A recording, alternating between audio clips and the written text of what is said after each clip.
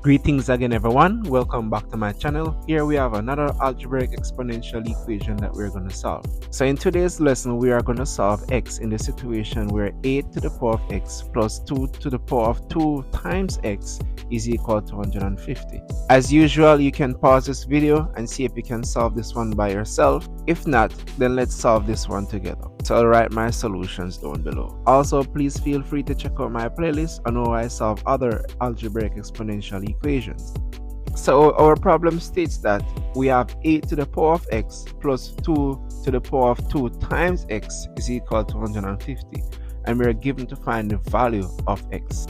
We start by simplifying 8 to the power of x. 8 to the power of x can be rewritten as 2 to the power of 3, and we bracket that powered by x. And so we just rewrite 2 to the power of 2 times x is equal to 150. And here we will now apply our algebraic laws of indices, where we said that you have 8 to the power of m in brackets powered by n is the same as a to the power of m times n. Or we could even express that as a to the power of n times m. Now with this understanding, we can rewrite our equation as 2 to the power of x in brackets powered by 3 this time plus 2 to the power of x in brackets powered by 2 is equal to 150.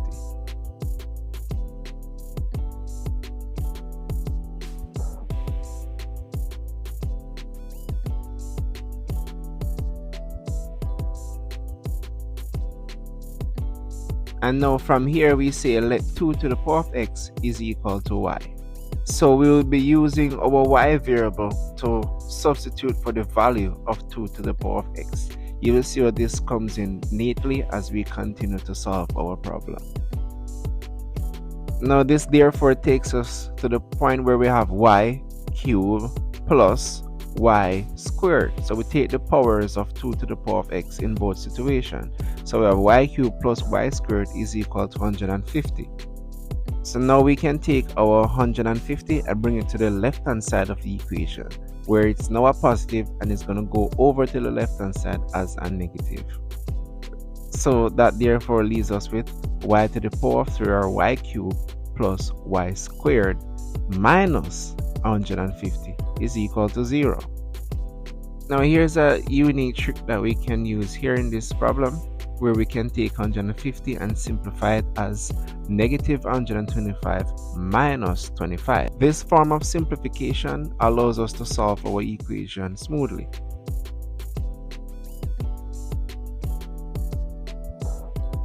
If you look closely at our two numbers, we know that 125 is a cubic number. It is 5 to the power of 3, right? And then we look at our 25, that's actually a squared number, that's 5 squared. So taking these numbers can allow us to factor our equation. So let's go ahead and see how that helps us in our solution. So we have y cubed and we pair that with negative 5 cubed. Then we say plus y squared and we pair that with negative 5 squared. So we have y cubed minus 5 cubed plus y squared minus 5 squared is equal to 0. And if you look closely, we have the difference of 2 cubes and the difference of 2 squares. Now how do we factor these two expressions? Let's have a look at that.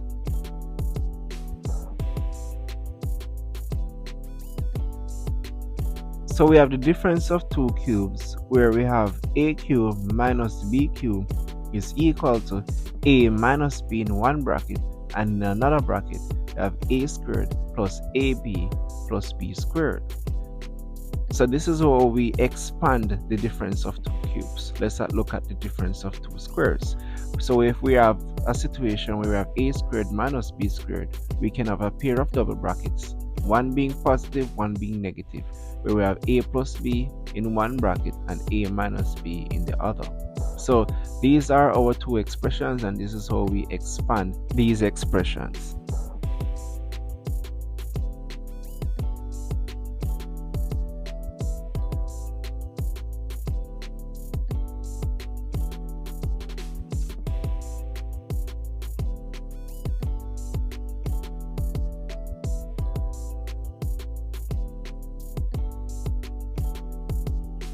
So we have the difference of two cubes, and the way we expand this is having a pair of double brackets where we have y minus 5 in one bracket, and in the other we would have y squared plus 5y plus 5 squared, or we could just say 25. So this is how we expand the difference of two cubes in this situation. So we're just going to add that to the difference of two squares, and again we expand the difference of two squares having a pair of double brackets again, one being positive and the other being negative. So we'd have y plus 5 in one bracket and y minus 5 enclosed in another pair of brackets. Now we can look at this plus operator that we have right here, and we can treat this as positive 1. And now if we look over here where we have y minus 5, we also see that we have y minus 5 by the difference of two squares. So essentially we can actually factor out the y minus 5 and include it here. And that positive 1 that I showed you earlier is a factor of our difference of two squares. So let us write out our equation. We have y minus 5 in one pair of brackets, and in another pair of brackets we'd have y squared plus 5y plus 25. And since the y minus 5 factor out this y minus 5, it means that we just have the 1 in bracket y plus 5. So we're just going to record that. So we have plus 1 and in bracket y plus 5. We close that bracket and we have all of that is equal to 0. We should actually have another closed bracket right there, but that's fine. You get the idea.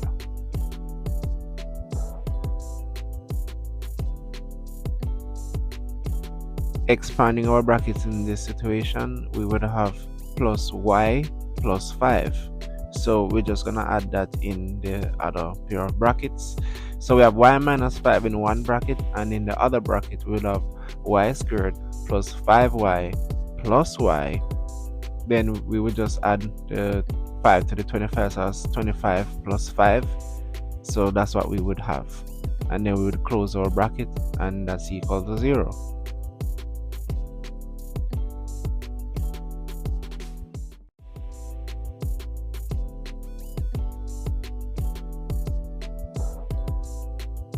So just to add like terms, so we have y minus 5 in one bracket, and in the other bracket we would have y squared plus 6y plus 30, as 25 plus 5 gives us 30. Close that bracket is equal to 0. So here we actually have two pair of brackets, and using our zero property rule, if we have two brackets multiplying together to give us 0, either one of them is equal to 0 or both of the expressions are equal to 0. So we would actually set our two pairs of brackets to equal to 0. So we have y minus 5 is equal to 0, and we'd have y squared plus 6y plus 30 is equal to 0.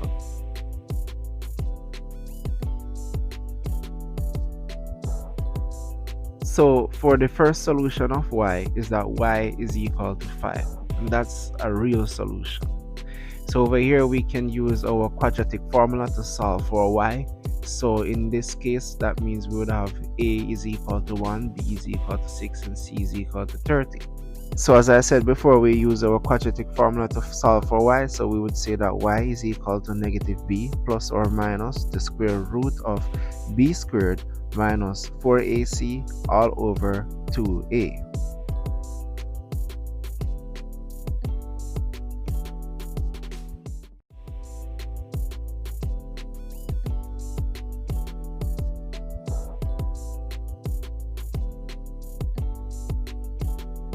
So just plugging in our values that we have, where we have a, b, and c in our formula, we just plug in the values. So we'd have y is equal to negative 6 plus or minus the square root of b squared, not b squared, which is 6 squared, or negative 6 squared is equal to 36, minus 4 times a times c is going to give us 120.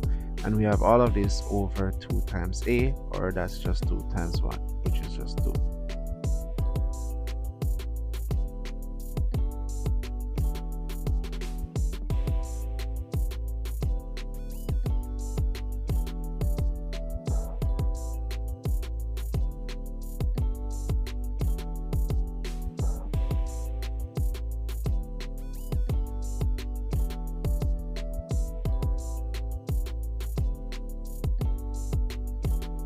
So just to work out what we have here, we have y is equal to negative 6 plus or minus the square root of 36 minus 120.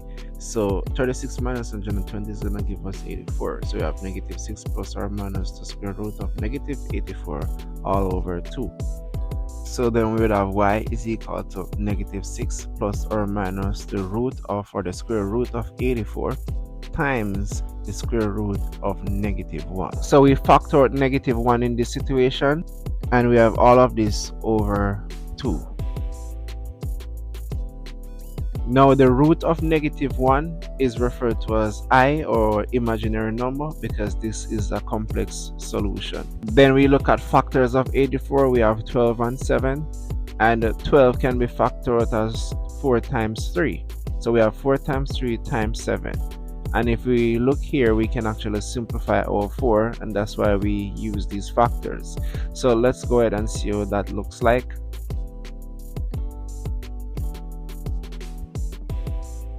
So then we would have y is equal to negative 6 plus or minus, we would have in this case the square root of 4. So we're just gonna have just the square root of 4 here, times the square root of 3 times the square root of 7 times the square root of negative 1. So I made a little error right there, should be times the square root of 7 as well. So we would have y is equal to negative 6 plus or minus the square root of 4 is going to be 2. So that's 2 times, we have the square root of negative 1, which is going to be I. So that's 2i times the square root of 3 times 7 is going to be the square root of 21. So that's all over 2.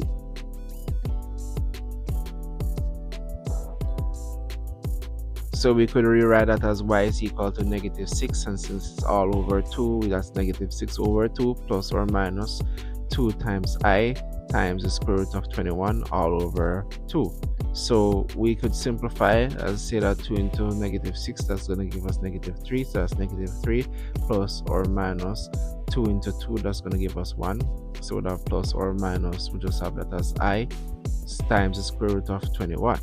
So this is actually my second and third solutions for y, so in this situation. But if you look carefully, that this solution is actually referred to as a complex solution, but we are going to use our real solution to verify for the value of x. So just to continue from where we left off where we said that we're going to use our real solution to find the value of x. So we have the real solution that y is equal to 5. We also have it that y is equal to 2 to the power of x, as we had set that before. So that would mean that 2 to the power of x is equal to 5. Now we'll be using our logarithm to find the value of x in this situation. We have log 2 to the power of x is equal to log 5. Then using our logarithm rule, we would say that log x to the power of y is equal to y times the log of x. So using this logarithm rule, we'll just use this to simplify for the solution of x. So in this situation, we would therefore have x times log 2 is equal to log 5. So having this here, we can simply now divide both sides by log 2 to find the solution of x. So if we divide log 2 on the left, that's going to cancel out log 2. So we'd have log 2 being cancelled out on the left, and on the right we'd have log 5 over log 2. So that means that our solution for x is going to be that x is equal to log 5 over log 2. And using another logarithm rule, we can simplify for the solution of x, where we have log a over log b equal to log base b of a.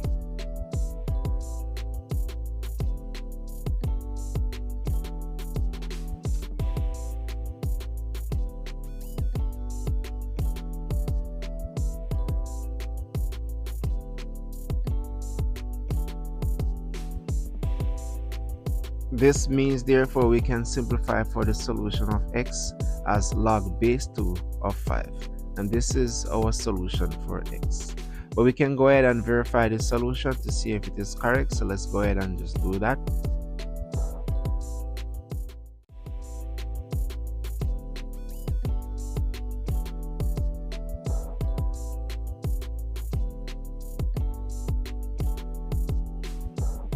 So let's verify that x is equal to log base 2 of 5. So we're gonna go ahead and write back out our equation and simplify it, and then we're just gonna use some logarithm rules to see how we arrive at our solution. So we said that 8 to the power of x plus 2 to the power of 2 times x is equal to 150. We said before as well that we can simplify 8 to the power of x as 2 to the power of 3 in bracket powered by x, which is also simplified as 2 to the power of 3 times x. We have that plus 2 to the power of 2 times x, and we have all of that equal to 150. So using the value of x that we have, we said that x is equal to log base 2 of 5. So we're just going to write this out and you plug in the value of x, and then we're going to verify our solution of x.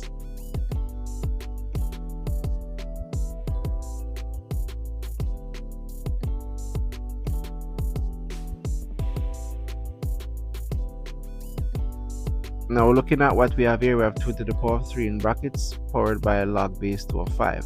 We know that this is, as we said before, the same as 3 times log base 2 of 5. Now using this logarithm rule where we have y log x is equal to log x powered by y. So if the y is in front of the log, then it's actually saying x to the power of y. So using what we just say, we would have 2 to the power of log base 2 of 5 powered by our 3. So that would be log base 2 of 5 to the power of 3, or 5 cubes. So we add that to doing the same here as well. We would have 2 to the power of log base 2 of 5 squared. So that's what we would have, and that's all equal to 150.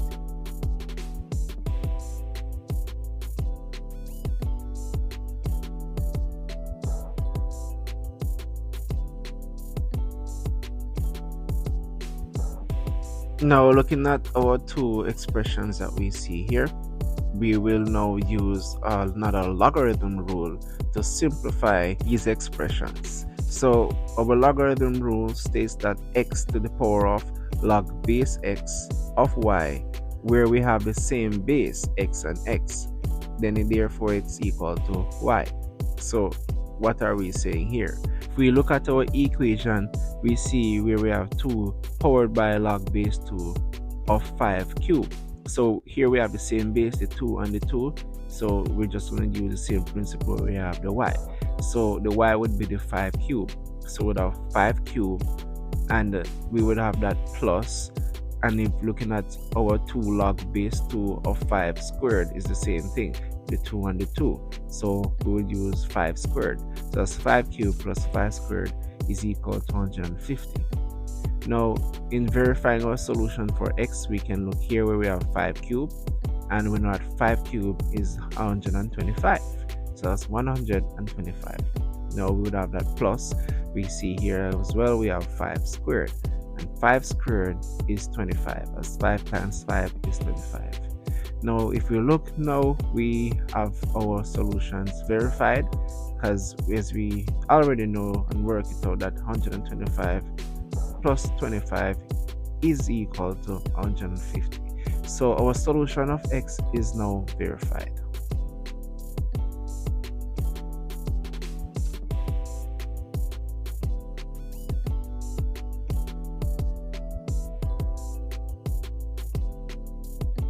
Now I want to say a special thank you for staying in tune with me to the end of this video.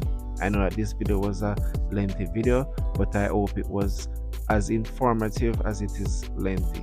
So I hope you enjoyed this video, and if you like more content like this, please smash that like button, subscribe and share my video, and stay tuned for more. And until then, I will see you in the next video. Take care.